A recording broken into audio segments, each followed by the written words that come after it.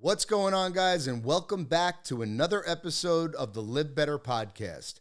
I'm your host, Jay Siano, CEO of Sabre Advisors. On today's podcast, we have my friend Ryan Tseko, the Executive Vice President of Cardone Capital.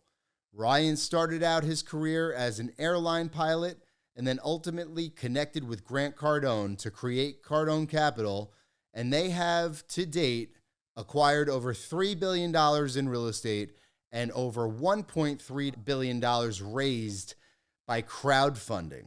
So I want you to hear all about Ryan's story and why it's so important to put yourself out there and pursue relationships with people that are doing big things. I hope you guys enjoy this episode with Ryan Tseko. I just want to have peace.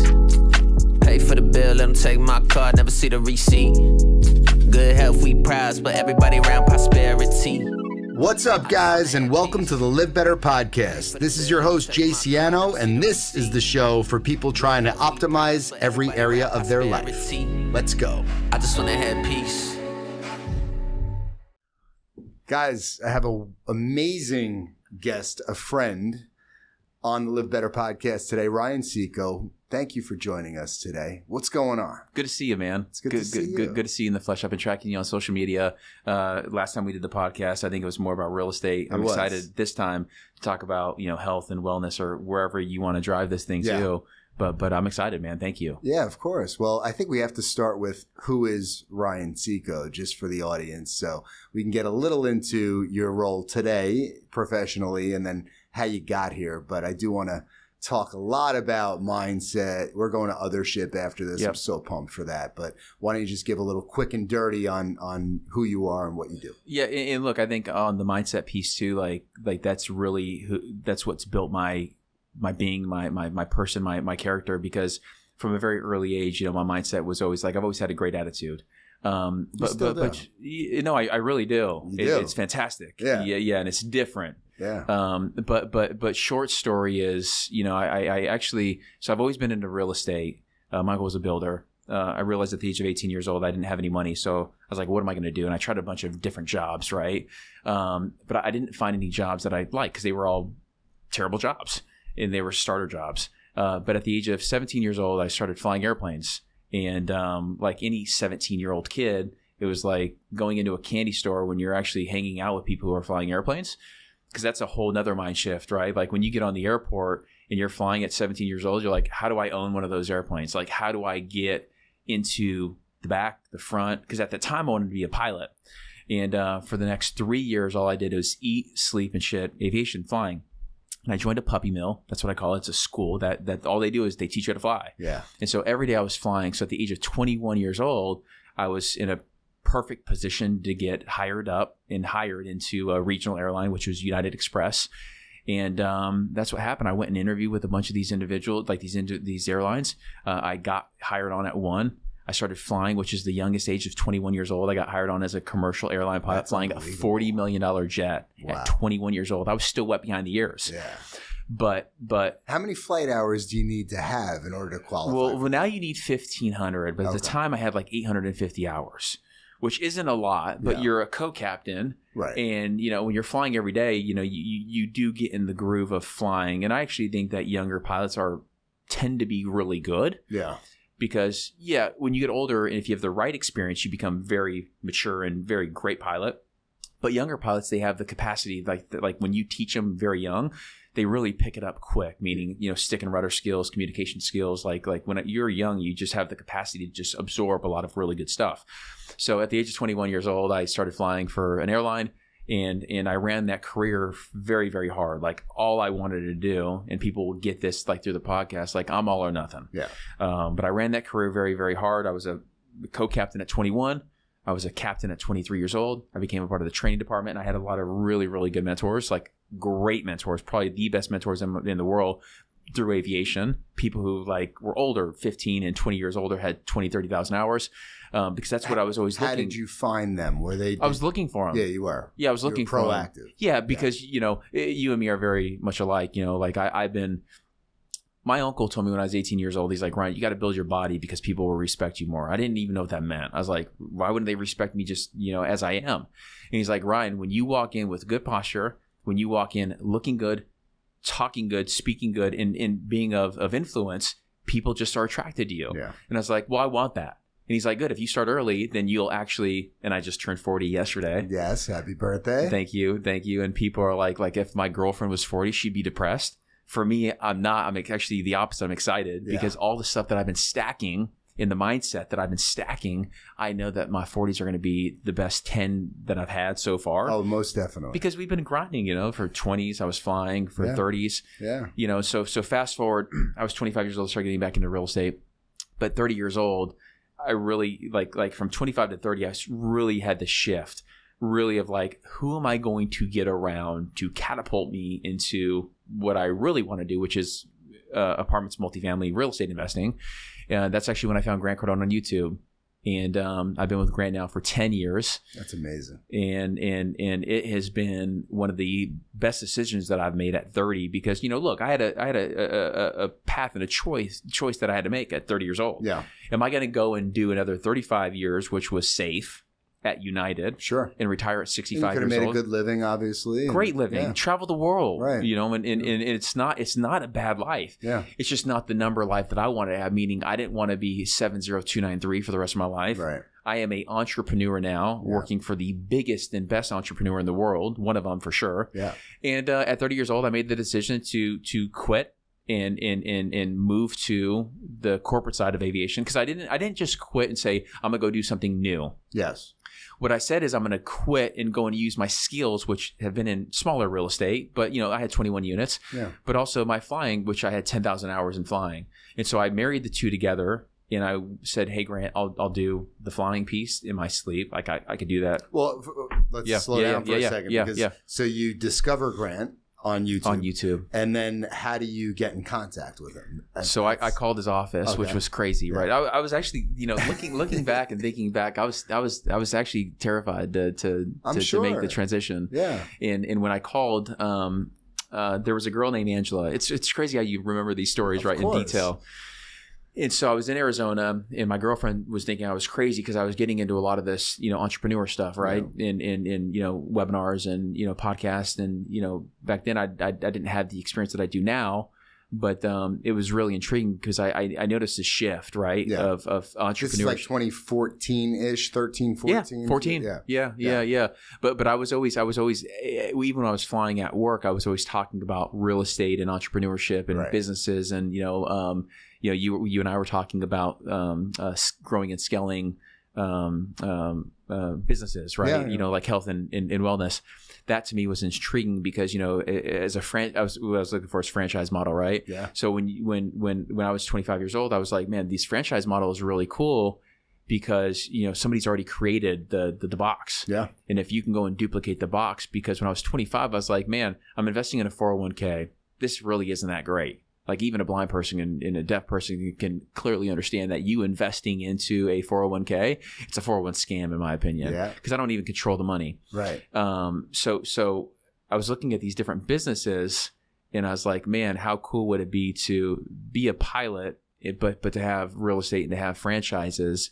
And, I just realized that was the path that I was going to take. I wanted to be an entrepreneur. I didn't want to be the guy who was flying for the rest of my life. It's great that you had something that you were passionate about, that you dove into head first, that you could always fall back on. But what's interesting is obviously the people that are around jets are very interesting. And obviously there's a lot of affluent people, especially once you get into private aviation. And you were aware of that, right? Yeah. Like it was a really something that you knew that you could get access to a whole different type of community, essentially. Well, you got to think about it, right? The person who owns that jet, those jets are 10, 15, 20, 30 million bucks. Yeah. And so one of my goals actually when I was still flying at the airlines, and it still is, I wanted to surround myself with the biggest movers and shakers of the world. Isn't that funny how like those goals and the mindset? Of course. Like how powerful that is. I used to write my goals, and I still do. I write my goals down in the morning and at night. But I used to write it down like I want to be around the top influencers in the world. Yeah. And here at 40 years old, like my friends and, Grant and everybody that I'm surrounded with you're there. But now, I was just walking out of this other meeting. I was like, there's levels to this game. but also the levels, you don't skip.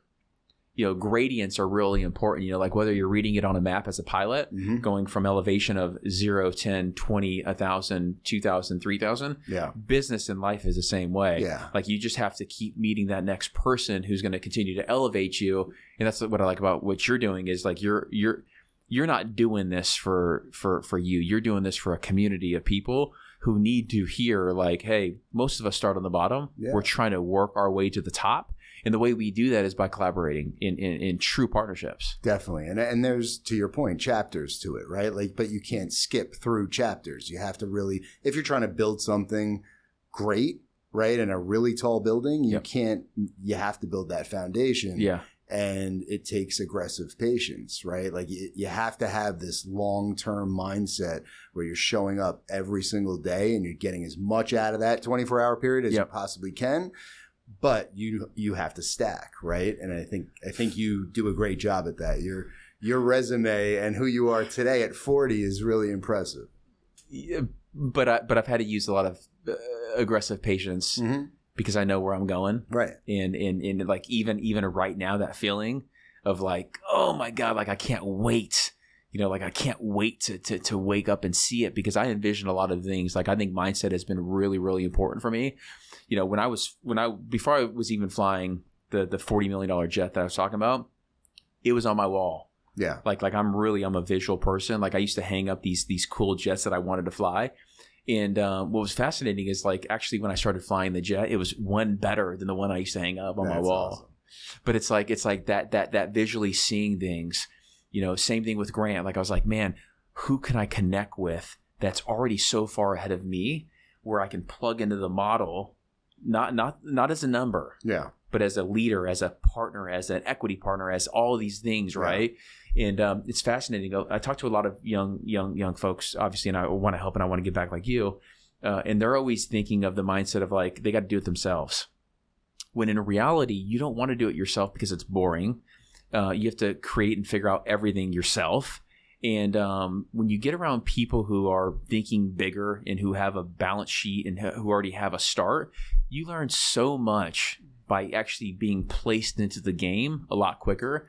Because you spend a lot of your youth, you spend a lot of your years where you can absorb a lot, trying to figure out how to do it yourself. When I joined Grant's team, I was doing like I went from a fourplex, which was $250,000, to doing a $20 million deal where the deposit, the first deposit was $250,000. Yeah. Talk about like but it's the same game, right? It's the same game. Yeah, it's the same game. But you have like unless I come to you and say, Jay, like help me figure out this $20 million deal. Yeah. The thing that I'm going to miss is confidence. Right. Of course. Because you have the confidence and I don't. Right. But when I'm with you and I'm like, Jay, you like this deal? You're like, I love it. Yeah. Hey Jay, there's a deposit for $250 million. Like your Grant, right? Yep. He's like, no, make the deposit. Here's the LOI. Sign it. Send it off. We're doing the deal. Yeah. It gives you a lot of confidence as a young man. Of course. Where you're like empowered. Yeah. Which is why I asked you about the mentorship thing, because you realized that I didn't as much when I was younger. Yeah. I was very much the person who wanted to figure it out on my own, just too proud. Right. And then I realized that ultimately, if you surround yourself with people that are further along than you and you ask them for help, it just collapses time, which is everything. Oh. Right? But it's everything. But back to Grant, when you reached out to him, you had already done the work, on yourself. You like set yourself up for success where you were able to obviously give him some sort of confidence that bringing you onto the team was a good idea for him. Yep. So let's talk about that for a little. So you reach out to him, you speak to a woman in the office, and you say what? Yeah, so her name was Angela, and I called her and I told her, I was like, look, I want to come work for Grant Cardone. And she's like, well, what do you do? And I'm like, well, I'm currently working for, United Express and I fly a jet, I'm based out of Denver and, I've got, apartments and I want to come and join his team. And she's like, hold on, slow down. You're already successful flying in airplanes. You have a great career. You already have own real estate. She literally asked me, she's like, well, why would you want to come work for Grant Cardone? And I was like, oh my God. this is crazy. Like the front desk person, which ended up not working there very much longer. Right. Yeah. It just goes to show you the people you hire are very important on recruiting, right? Because here I am, like I'm just cold calling Grant. She's talking you out of it. She's talking me out of the deal, and I'm like, I was like, do you not understand who you're with right now? And I actually watched the podcast where Grant was. It was called Power Players. Yeah. And he was with a guy named Bobby, who is still actually a friend today. He's big into the real estate. And Grant had said something. He says, you know what? The way to get around people and to like get around power is to get underneath the same roof. Mm-hmm. So it doesn't matter what job post you do or what job you take. The most important thing is getting under the same roof. Like if I want to join your team, whatever opening is there, I'm taking it. Just get in. Just get in the same house. And I took his advice from that podcast. And I said, what openings do you guys have? It was a sales position. It wasn't a captain role. It wasn't a real estate role. It was a sales role where you're cold calling car dealerships for one of his companies that has, it was a big part of his business. Was sales and service and in calling. And I was terrible at it, by the way. Yeah. I was a captain for an airline. I thought I was great in sales, but I wasn't. Right. Because it was just a different process. But I met Grant after a week. And intimidating, too. If you're not used to it, anybody would be intimidated. Yeah. Sweating. But I think that practice right there develops resilience. 120 calls a day. Banging phones. And I was banging phones, but I was willing to do whatever it took to show Grant that I was willing to do whatever it took. Because, that slogans are great, but if you're unwilling to do that, now, would I do that for the rest of my life? No. But is there something that I can learn from that? The answer is yes, because now I have a team of investor relations where we raise money from folks to invest in real estate. Yep. And if I was unwilling to make those 100 phone calls, how can I actually walk into the office and say, you guys have to make 100 phone calls? Yeah. Which I do. Right. Because I'm willing to do it too. Of course. And you can tell them how to do it because you've done it. And I do. And I role play with them because I actually think it's good for me. Yeah. And I still make those phone calls today with the investors like Grant and myself. We're not disconnected from the business for sure. But again, it's always the mindset that I've had is it's like, hey, how do I get a part of something? Because I talked to Grant a week later. And I'm like, hey, look, you don't know who I am. I can fly airplanes. I love real estate and I like helping people. And I knew he was aligned with all three of those. And he's like, well, can you even fly airplanes? And I'm like, yeah, I can. I've got 10,000 hours. Yeah. You're buying a Gulfstream G200. It would literally take me 4 weeks to get trained and qualified on your airplane. And I'll be back here because he was looking at the pilots at the time, right? And Elena was a huge help for me. Like she saw like Ryan and the vision and having me around, and so she was a great person for me because Grant, and again these high net worth guys and these high revving guys and these high drivers, they don't really stop and identify what you're strong at. It really takes other people around him saying, hey, look, Ryan can fly the airplane. Ryan can help in sales. And that's something that Grant wanted, right? He because his the timing was amazing. The timing was perfect. Thank God she was advocating for you. Oh, I tell Elaine all the time, like she is one of the main reasons why I am where I am today because she saw it in me before a lot of other people did. And that's what it takes sometimes, right? Totally, it takes people like your mother. Yeah. Who's like, I've got complete trust in you. I'm going to sign on the loan for you. Like, go and make something of yourself, right? She was like that for me. Yeah. Where she's like, Grant, you have a pilot into the room. Not only will he fly for you, but on the days off, when you're not flying, he will actually come and work in the office. Yeah. And he's like, no, he won't. This is crazy. Yeah. He'll last. Pilots don't do that. Most guys last doing that both 6 months. Yeah. 3 months. And they're like, no, I just want to fly. Yeah, but you're built different. For sure. For sure, I know, and I think it's pretty clear to see too. 100%. That's why we're homies. Yeah, definitely. Because the attitude thing, right? Well, it's such a similar story. Like for me, it was seeing people own shopping centers. Like I was just enamored by that. Just lost my mom to cancer. Sorry to hear that. Well, I just lost my dad 6 months ago, but this was like in my early 20s, and I was like, what am I going to do with the rest of my life? Right. And real estate was always interesting to me. Same thing. But I just wanted an opportunity. And I literally sat down in an interview and said, I'm going to be the best broker that you ever met to somebody really substantial. Yeah. And, he laughed and said, great, you have a job. I got a desk for you, but we're not paying you. And I'm like, okay, sounds good. I'm going to be the best. Right. And I showed up every fucking day to the point that one day I was the best. Yep. And then I'm like, what's next? Right. Kind of like the the Grant Cardone moment for you, because in aviation, you were crushing it at such a young age. Crushing it. So it's like, okay, well, this is great. I know I could do this, but what's next?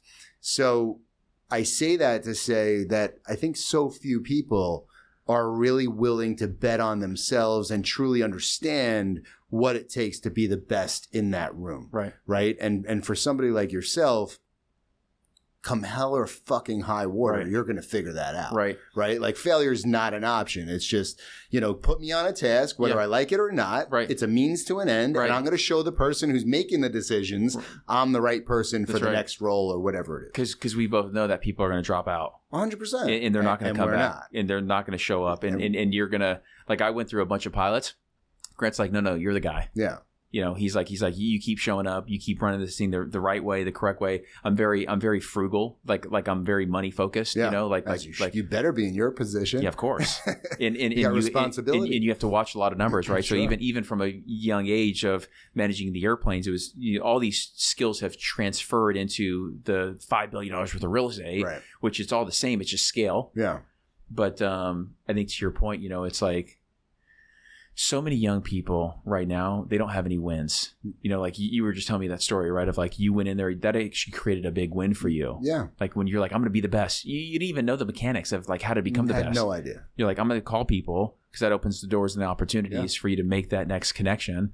But then that's a win, right? Because when you're like 3 years or 4 years down the road and you're like building all these wins, you have to establish the confidence in yourself. That's what it builds. Yeah, of course. And if you can't do that, if you're not confident in yourself, nobody else is ever going to be confident in you. How can they be? But everyone wants to take the shortcut rather than build that confidence, which takes time. That's why, back to what you said earlier, you can't skip those steps. It's impossible. You can't be great and skip steps. No. And you can't think you're going to win without small wins. Correct. Like everybody wants these big wins. And losses. Yeah. Well, for sure.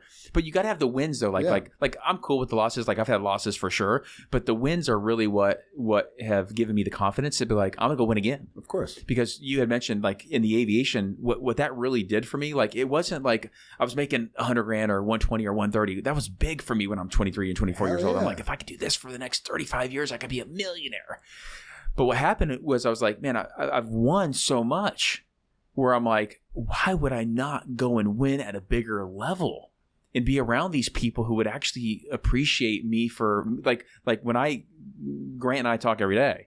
Like I didn't talk to the president and CEO of the airline every single day. And that's what I wanted because I wanted to be the president and CEO of a company. But unless you're around that, then you're not going to get that experience. Yeah. That's why it's unique too. Like a lot of people think they're going to join JP Morgan today. And they're going to get access to the CEO. No, actually, what I was looking for was how do I go and grab a company that's growing, where I could wear many hats, and learn the business, cut your teeth, and not wear the dress shoes day one, but actually sweep the floors day one, wear the loafers day two, and then wear the dress shoes day three, because that's really where I found this edge of like willing to do anything and ask the question. One of my secrets too is I always ask, Jay, what's next? Yeah. Like, dude, that deal, fantastic. We just closed that deal. What's next? Yeah. That's one of the things that I've gotten from Grant. Yeah. Is he's like, hey, what's next, man? We just closed a deal. We celebrating? Yeah. We celebrate? No. What's next, man? Yeah. What's next? Relentless pursuit. And that has become more normal for me because there's a lot of times to celebrate, but there's a lot of times to be like, man, we're on such a great mission right now. Like, what is next? Like, I don't drink. Yeah. I don't smoke. Yeah. I don't party. Ever? Ever. Did you ever? Yeah. I mean, when I was a teenager, we were drinking and smoking and doing all. But by the time I was 18 years old, I was like, man, I'm so hooked into success. Yeah. Like, I want to be around these mentors because, your first question was mentorship. Yeah. I've always been on a hunt. I've always been searching because, there's different quotes like, oh, your mentor will appear when you're, when you're looking for a mentor, it will appear, right? All that stuff is great. But you actually have to follow it up with action and be like, man, what mentor is right for me right now? Yeah. And how can I learn the max? Yeah. In the shortest amount of time and be clear. And that's really where not drinking and not smoking has helped me is because I'm always on, like I always want to be on. You're always on. There's no downtime. You're firing on all cylinders. I get bored. 24/7. I get bored. Likewise. Which is why we're going to other ship after this, and other people are going to go have steak dinners with cocktails. I did the bathhouse yesterday. We did this I guess like a meditation or whatever in the hot room. Yeah. It was probably 180 degrees. Yeah. And right after that, we did the 40-degree cold plunge. I was like, oh my God, you just feel that contrast therapy. This one's 33, so get ready. Nuts. It is nuts. All right, so a lot of people are probably listening and they're like, Ryan, we get it. You've been a high performer, overachiever, and created opportunities for yourself and rose to the occasion. What are the things that for you were able to unlock to kind of propel you to the next stage of growth for yourself? Because for me, like, drinking is one of them, because I was a heavy drinker and I was successful along the way while drinking. Right. But when I stopped drinking entirely, it unlocked superpowers. Right. Another one would be just, my daily routine with cold, with hot, that stuff, working out, really wanting to be more like people that I admired and kind of incorporating those things into my life and basically becoming one of the people that I admired. Right. And I'm proud to say that. Yeah. I think everybody should be proud of their own growth. Right. Yeah. Did you think you would be that person though? Or how did you vision, like what is your method? Are you writing things out? Do you have like a vision board? I'm very visual and I'm very creative. So I literally just like think about what I want to be in 5, 3, 1 year from today. Right. And I do those things today. And ultimately I am that in 1, 3, and 5 years. Right.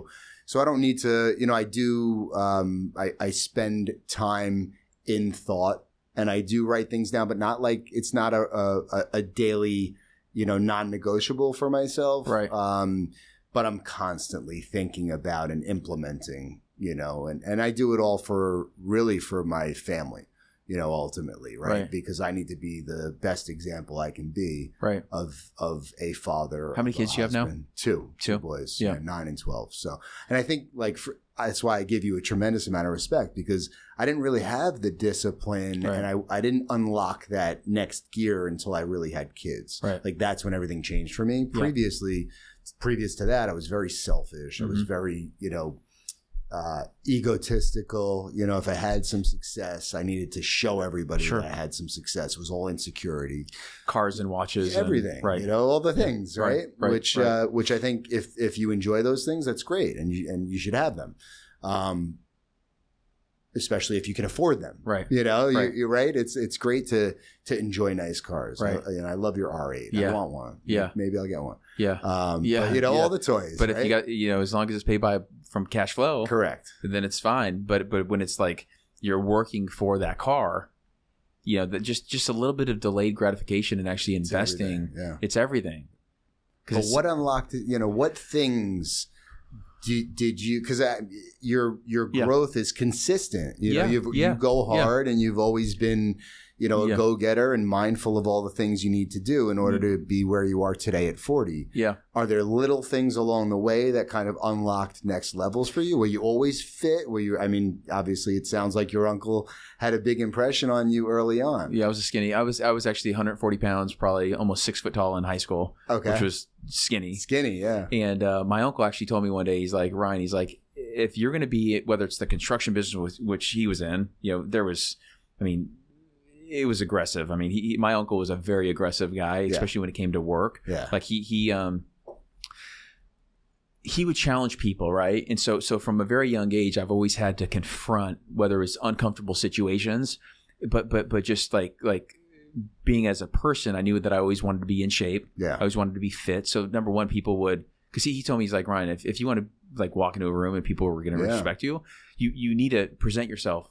It's hair, it's clothes, it's your teeth, it's the way you dress, it's the way you walk, it's your posture. Yeah. And so I didn't realize how important that was. But he was always the guy who was like, hey, I'm going to feed you steak and potato because I need to put meat on your bones. You're going to go work out. You're not going to go with your brother and your sister and smoke weed and drink and do all that other stuff. So my uncle was a very, very because again, it goes back to these mentors, right? He was my mentor. He was my father figure. Yeah. And he really got me into, because remember when I got into aviation, it's like you shut up and you show up.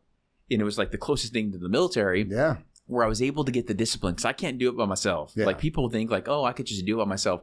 You got to get around the right organization and the right thing that will get you, okay, Holds you accountable. Yeah, report time is 6 a.m. Yeah. You show up. Yeah. And you're showing up. Yeah. And if you don't, you get your ass kicked. Yeah. And there's people that hold you accountable. So my first mentor was John Bell in the aviation space. Okay. He was a 30-year captain. And he's like, I don't know what it is about you, Ryan, but I see something in you. I had a tie that was like just fresh out of the box. I still had the wrinkles in there, had my little clip on, but he's like, I don't know what it is about you, but bright eyes, bushy tail, you show up, you got a good smile. Like I want to see you win. And so I don't know what it is but he was always really big on attitude. He's like, I don't care about skill, but it's all about the attitude. If you got attitude, I could teach you. If you got the skill and you got a bad attitude, get the hell out of my, true. Move on. Yeah. And so at 18 years old, when this is pounded into your head, boom, boom, boom, boom, boom, every day. And I look up to these guys, right? I mean, these are my mentors. You don't want to let them down. Don't want to let them down. I still have his number in my phone today. But honestly, I can go back to many different things, but it is truly 100% the mentors. Yeah. It is the people who have put me in the places to get me excited about the game. Whether it's flying airplanes or real estate deals, it has been them, because remember, when they put you in the game, now you have all these other people around you that hold you accountable. Of course. And you have to show up and you have to do it. Like I've never been a guy where I'm like, I want to do this on my own. Yeah. I've always been like, okay, if I can cut out because remember, the drinking and the smoking, all that stuff, even when you cut that out, you still have to have a game. Yeah.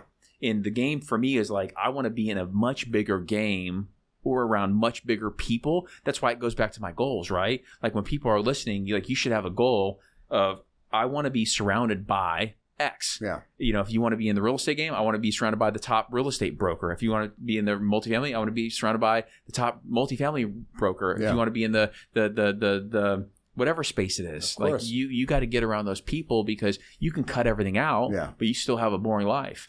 When you get around the right people, now your life becomes more exciting and you can actually perform to a much greater level than you can ever even actually imagine. Because they're going to push you. Do you think that Grant doesn't drink? Does he drink? Rarely. Yeah. He's not a big drinker though. Yeah, but it's just interesting because I think it's so popular now to not drink, right? Like, and wellness and overall, just being like, I mean, fitness today is almost more medical, in a sense. Like Gary Breck is a great example, right?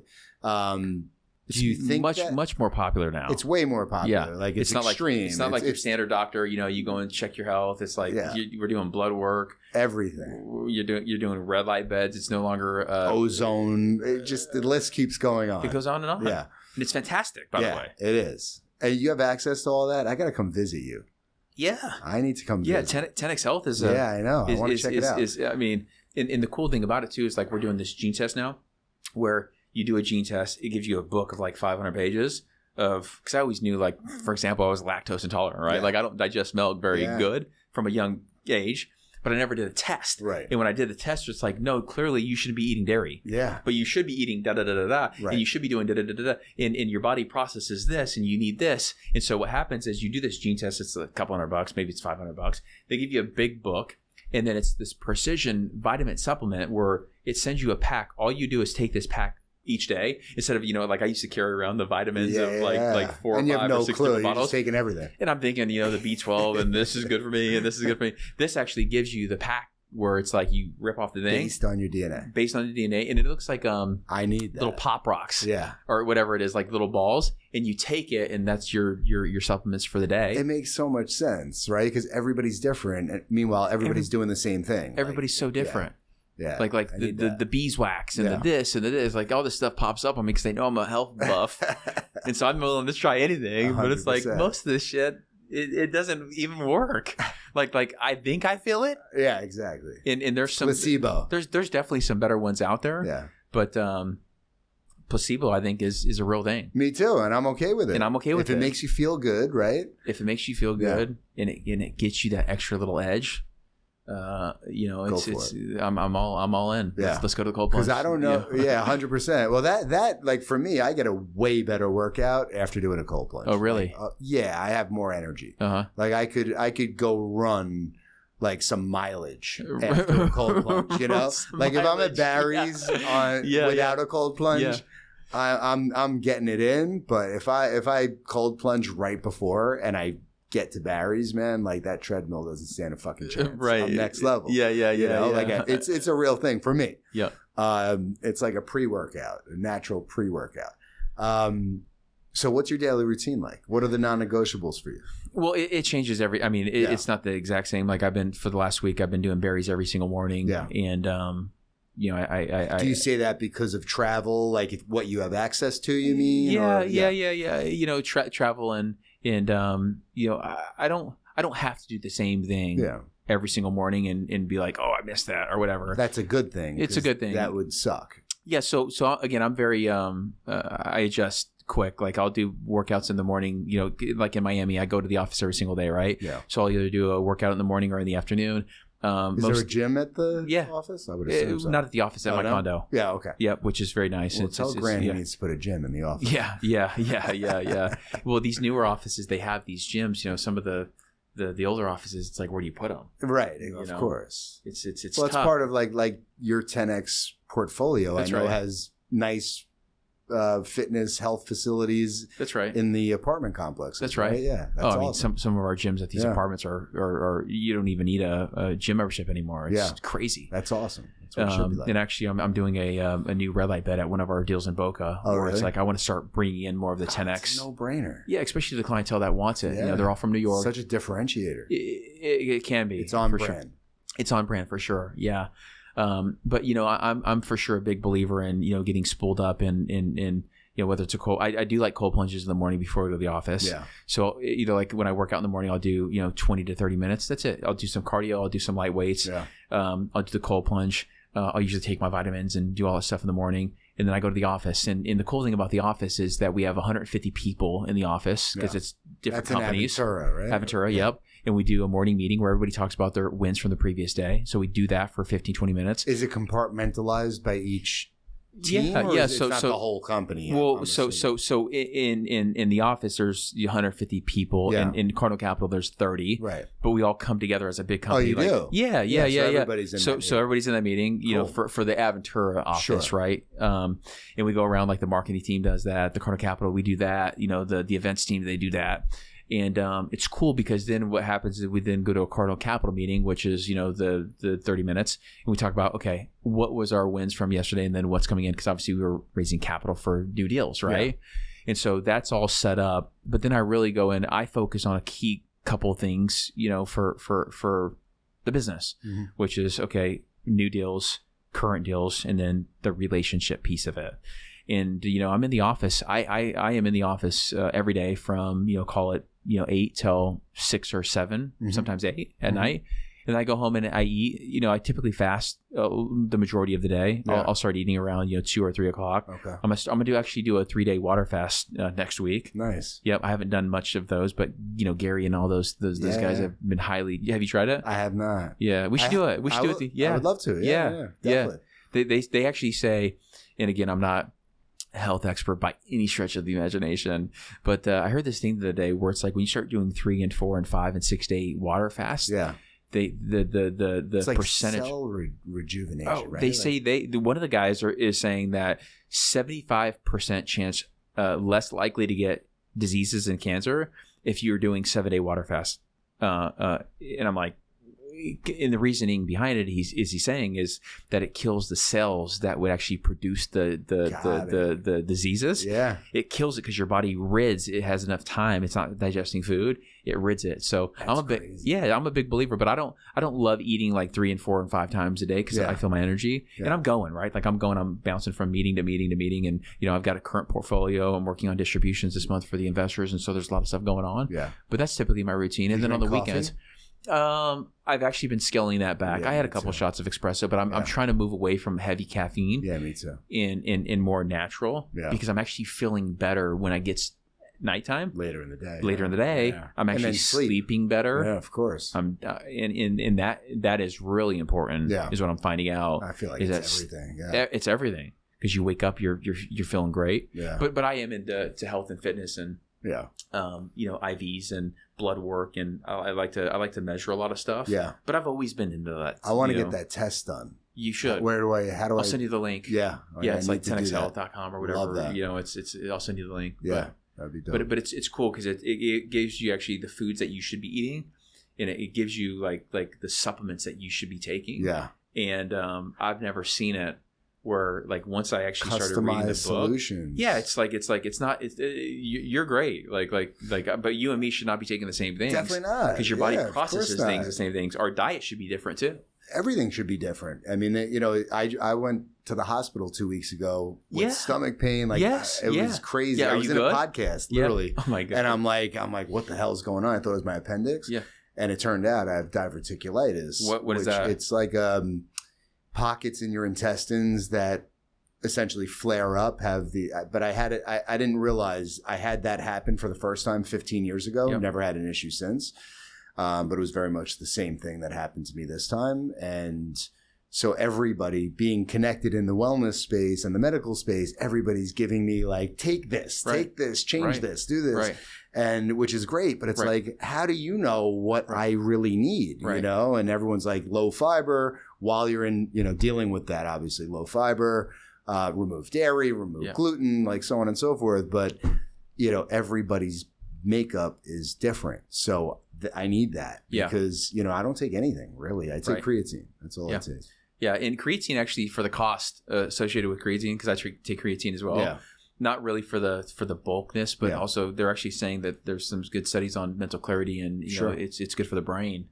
But we used to take creatine. A lot of these have evolved. I'm impressed by the companies and the whatever R&D there is. But there's a lot of companies like the keto, the ketones. Sure, I've tried that. That feels good. Yeah, it's interesting. Yeah. It's funny because somebody asked me when this happened in my stomach, like, do you take ketones? Right. I said no, and they're like, good. I don't know what that means. Yeah. Okay. But I've taken the ketones. Yeah, and which is like a fuel. I feel different. Yeah, for sure. I have a couple homies that are snapping those things back multiple times a day. Yeah, well, nootropics is interesting too, right? It is. Yeah, I've never really gotten into nootropics. Yeah. But there's different levels of those too. There's levels to this game because there really is. I had this nootropic that my buddy gave me, and I started hallucinating. No. I've never actually tried like the microdosing or nothing like that. I'm afraid I've never done really any drugs besides smoking weed and all that stuff when I was really young. But I'm terrified of that stuff. And I'm not saying it doesn't work, but it's again I'm more of like the pure path. Totally. But this nootropic, which was, it's like a, they call it the brain food, right?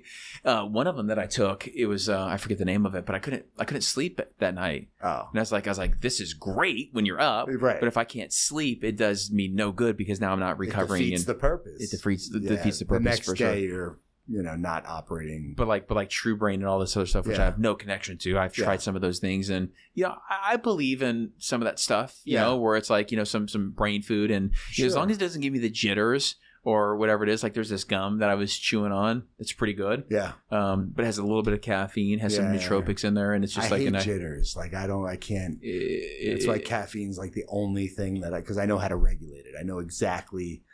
When you're having too much. And, and it has an adverse effect on me. I'm unclear when I have too much caffeine in my system. I'm just like, I'm not as focused as I like to be. Yeah, and because it starts to do the opposite effect. Totally. That's what I've noticed too. Yeah. Like the last 2 months, I've actually cut back way back. Yeah. On caffeine. Yeah, so, I mean, I used to be able to do 3 and 4 and 5 and 600 milligrams a day. Yeah. That'll get you going. It'll get you going. Yeah. But removing it, I think, is, I try to remove most things. I think I don't want to implement much more, but I think what you're talking about, like a customized solution of things that I'm deficient in, right? That's next level. Yeah, it is. And they send it to you prepackaged too. It's amazing. Yeah. Now we're working with a lot of folks that are creating, anti-aging, longevity stuff. That's huge business right now. Huge. Red light therapy. Yeah. Red light's apparently really great for you. It's great for you. Yeah. It's good for hair growth, cell reproduction. We have a red light bed in the office. They're expensive. Yeah, they're especially the beds, right? So like, remember the old sun tanning beds? Yeah, they look like that, but obviously they're the LEDs. Yeah, and they're $100K K plus. Yeah, that's crazy. Yeah. We have them in different locations. We're actually going to open a location in Aventura, and I'm putting one of those beds in one of our apartment complexes in Boca, which is awesome. Cool. But I'm a big believer in that stuff too. So I've been taking this methylene blue. I've heard about that. Yeah. So they say it works really good when you take it for the cell reproduction, but also the red light. So it's a good combination for that. And I've actually been getting more energy from these natural things because it's definitely not caffeine. Is methylene blue natural? Yeah, methylene blue is natural, and like all these materials are natural that you can take. Yeah. And again, I do believe a lot of these, whether you call them biohackers or, the Gary Breckas and all that stuff. Cause I mean, they're tapped in and they like know the back of it, like the research behind it. I don't. Right. But if I take it and I feel good, I keep taking it. It's crazy though, because like Gary's background, not being a doctor and being in the life insurance space is so fascinating because it makes so much sense. They're betting on when you're going to die. There's like they make money. They make money it's on like it's essentially the line in sports gambling, right? Like how they're that close, right? Like your life expectancy. That's a crazy concept. Well, and do you want to know your life expectancy right now? Would you like to know that you have X number of years left? Yeah. Make the best of it. Yeah. I don't love surprises. I actually, like the guy that the day walking me through the book, he's like, do you want to know if you're predisposed to this thing or whatever? I'm like, yeah, tell me. Like, just because I want to know. Like, is there things that I can do to whether it's avoid it or not get it? Or, is that from the test? Yeah, that was from the test. It'll tell you. Yeah, it will tell you different things, Alzheimer's or whatever it is. Like there's different things that it can kind of see based on your genetic breaks and your genetic stuff. And again, this is coming from a pilot and a real estate guy. I consult with them because you asked me, do I want to know? The answer is hell yes. And then I asked them always the question is like, what do I need to do? What do I need to eat? What do I need to drink to become better? Right. And honestly, I truly believe like you can do the meditation, you could do the cold plunges, you could do the no drinking, no smoking. That will really, really help you with like clear communication. But once you get around the right team that has all these other operating companies, it really helps you in life because like for me in my position, having all these moving pieces, it all builds on each other. Yeah. You know what I mean? Like it all builds on to be your greater self. It's not just one thing. It's multiple things. I've very much found that in business, I cannot outpace my health and fitness level. Yes. Like it holds you back. Right. To a certain point in business because there's no way that if I don't have the focus, the clarity, the energy, the mindset to crush every single day, regardless of how many times I'm getting punched in the fucking face. Right. Like there's levels to it, right? And I think that cold has really helped me too. With neutrality, right? I don't have high highs and low lows. Mm-hmm. I stay in the pocket all day, regardless of what's thrown at me and what's going on. We could be sitting here. You could have walked in here with terrible news on a deal blowing up. Yep. And you and I walk in, the cameras go on, the mics are on, and boom, you got to block that shit out and you're going. That's right. Not everyone could do that. No. And I think social media, believe it or not, for me was really an amazing accountability tool because you asked me about, how I look at or journaling, am I writing stuff down? I would look back at myself and be like, I'm not proud of that person. Mm-hmm. When you see yourself. Is it communication? Is it weight? All of the things. Yeah. No, weight for sure. Looking back at videos and being hungover, like knowing that I was hungover, right. I'm like, it was very eye opening for me. It changed. I mean, it has enhanced every area of my life so much. And by making the changes along the way, the people that I once admired, and kind of wanted to get around, the paradigm shifted from that to automatically being in the rooms with them and it not being a big deal at all, whether I talk to them or not, it's really strange. It's very strange. It's like, I think that's kind of going from good to great. Yeah. and not caring about what because, a lot of people are like, do you drink? And I'm like, I drink water. Yeah. I drink all sorts of shit. Like I drink electrolytes. Yeah, sure. like I love electrolytes. like I drink a lot of stuff. Yeah. And that was one of the things that Grant, had because it's like, oh, I'm not drinking. No, I don't go to a meetup or whatever and say I'm not drinking. Yeah, I'm drinking. Let me have sparkling water, or let me have this. Yeah. Like there's ways around the cultural. It's not really embarrassment, but it's there is some awkwardness. Like I dealt with it when I was not drinking, when I was transitioning, right, from not drinking to being around people who drink. Because the real estate world, I mean, there's people who they drink, and they go out, and it's very common. But I was like, man, you know what? When I looked at my test, and this confirmed it too. Number one, dairy wasn't great for me. Yeah. Number two, alcohol and caffeine, I just don't digest them. My body doesn't digest that as well as some other people. Like some people can go and drink and they're feeling great the next morning. Yeah, Will it catch up to them? Yeah. But for me, like my body is so sensitive. It says that in the test? Yeah, it says in the test. That's crazy. Yeah, it's like it tells you the things that you should avoid. And it's like, man, I've known this for so long. It makes sense. It makes sense now. Because, you have to understand, like, your body is a living, breathing organism, and, like, you feel things, but you're like, no, I think it's going to go away. Yeah. But when you actually get the results, I don't do dairy. Yeah. I do very little dairy. Yeah. And my skin feels better. My gut feels better. The gut is so important, like probiotics. Like, I do probiotics in the morning. Yeah. And that, like, I've been doing, like, I was here, I did acupuncture. How was that? That's the first thing they asked you. How's your gut? Yeah. How's your movement? How's this? How's that? Because when I was did it here? I did it here. I do acupuncture all over the place, but I love it because I'm really into, the different medicines and Chinese medicine and Western, like all that stuff. I'm a student, man. Yeah. I'm an absolute student. Yeah. But I'll tell you this: when I was as I come up in this game. The one thing that I've always looked at and I've always listened to and I've always paid attention, it doesn't matter how wealthy the person is, the most important thing that they always talk about is their health. And a lot of people give up their health to get wealth. Yeah. And their biggest regret is that they wish they were healthy and they would pay any amount. That's why do you think 10X Health is so successful? Because they're willing to do anything. They're willing to pay anything to get their health back, their joints back, their eyesight back, their hearing. You know what I mean? Like, of course. Like, and so you don't have a quality of life. If you don't have the quality of life, what's the dough? Yeah, money can't buy everything. I want both. Yeah, of course. I want both. Yeah, and I'm going to have both. Yeah. And we're going to continue to have both because it's like my first thing too. Also, I'll mention this is my first thing on all my goals is number one, when I write it down, I am super grateful for the current life that I have. But the first thing it is health, relationships, and then it's wealth in that order for a reason. Yeah. Well, without health, you don't really have anything. When I wasn't feeling well and I was in the hospital, I realized that really quick. You're like, what am I doing? Exactly. It's like, honestly, no matter how great everything else is, if your health is off, nothing else really matters. Where do we go from here, dude? In closing, what's on the horizon for you? What are you excited about? Well, look, I just hit 40 years old. Yeah, man. And I was telling you this initially. I'm very excited about the stack that I've put in place. Yeah.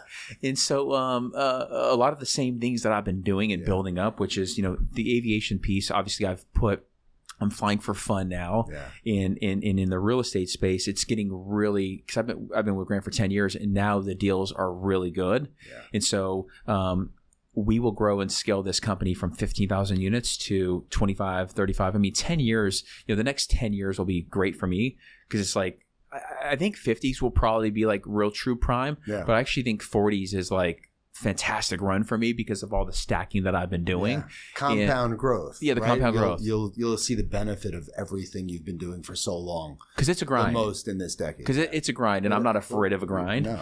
But the relationships have gotten better. I just left a really, really big meeting. Yeah. And 10 years ago, would that meeting have happened? The answer is no. Yeah. What we've built, and I give a lot of my credit and success to Grant Cardone for sure. Like he has tapped on my shoulder for the last 10 years, not really wavering on, not trying to be nice to me, not trying to be my friend, not trying to be my mentor, not trying to be a figure, like, cause he's a lot of things to me. Right. But I truly think that these next 10 years, It's going to be a great run for me because I'm still surrounded by, and I've elevated my game, and Grant's elevating his game, and Elaine is elevating her game, and you're elevating your game, and everybody's elevating to where it's like, I'm going to help you. You're going to help me. We're all going to help each other. And, I'm very optimistic about, even though this marketplace right now is very wobbly at the skates at best, because of where interest rates have gone, but it's going to be a huge opportunity because if you look at the glass, is it half full, half empty? It's half full, and there's going to be a lot of opportunities to use the skills that I have, to take advantage of them. Yeah. Well, you deserve nothing more than tremendous success. I receive it, man. I receive it. Man. I receive it, and I believe it too. I believe it. Well, you have to. I do. When you're putting in the work for as long as you have, and not taking shortcuts, you truly do deserve it. Yeah, let me mention one thing too. Please. So 38 Letters from John D. Rockefeller to his son is an amazing book. Obviously, the 10X Rule, Grant Cardone, it's fantastic. I read that probably 4 or 5 times. But I'm reading this book right now. It's by John D. Rockefeller. And this is random, but I actually realized that we were born on the same day. Did I tell you this? No. Yeah, so he was one of the first billionaires in U.S. history, right? And built Standard Oil, phenomenal company. I mean, just one of the biggest. But I found this book from Jared Glant, the president of the other company. He's been tremendous too, because we've always been not close in the sense of like we hang out, but close in the sense of like I want to see him when he wants to see me when we're the same age. Yeah. And we've been underneath Grant. He's been operating this business, and I've been operating this business. But he had this book, and I started reading it, and from letter 1, I was hooked. Because think about that, right? Mentorship comes in different forms and fashions. Of course. Finding the right book. It's not about reading all of the books. Right. It's about finding the right books that resonate with you, and going back to when he was writing these letters to his son. And I put myself in his son's shoes, and it's like, man, those lessons are so real even today. Today. Like, son, I know you dealt with losses. Son, I know you're dealing with this person. Son, I know you're dealing with this win. Son, I know you're dealing with my shadow. Son, I know you're dealing with all of the above. There's 38 letters. Yeah. And these are the books that continue to inspire me and elevate me to ask even better questions. Yeah. With already that's happening in the world around me. I think that's how you get better answers, is by asking better questions, right? And there's so much wisdom. Yeah. But you have to ask the right questions to get it out of people. For sure. And you have to be willing to put yourself in the position to get an opportunity, right? Yep. Like, I think back to your initial outreach to Grant. Like, think about that. Most people would never do it. They would never. What did you have to lose though? Really? So I went back to that. So Tim Ferriss was a guy that I've always loved. Tim Ferriss, and he has an exercise where it's like, if you write down what you'll gain and what you're going to lose. Actually, what would happen is I could actually gone back to the airlines and worked for the airlines, or I could have gone back, right? Of course. So the sum is you go and take the risk because you have nothing to lose. Correct. And if I didn't work out, I did a great job. I never called in sick one day for 10 years. They would have hired me back in an instant. Yeah. And so I'm like, I'm going for it. Yeah. Versus being terrified and listening to my coworkers and my mother and because they love you, right? Like my mom. Yeah, they don't want to see you get hurt. She doesn't want it. She's like, oh, she wants to protect you. Yeah, she's like, you're doing great. Right. Well, I was like, Mom. And they don't like change. Well, and they don't. But my mom, I'm a mama's boy for sure. Yeah. And she's always been a big supporter, and she's always put her money where her mouth is. Like my first loan, I talked her into giving me $140,000 loan. Yeah. She's the only person that would sign. Yeah, that's amazing. Yeah. Yeah. It's amazing. But the come up is real. It is. And it's a lot of fun. But if I wouldn't have made that decision 10 years ago, I probably wouldn't know you, man. No, you definitely wouldn't. God, man. That's what's crazy, it's right? Crazy. It's the ripple effect of all the decisions that we make. Yep. And bet on ourselves. I think we could end it right there. Let's do it. I just want to have peace. Pay for the bill, let them take my card, never see the receipt. Good health, we prize, but everybody around prosperity. I just want to have peace.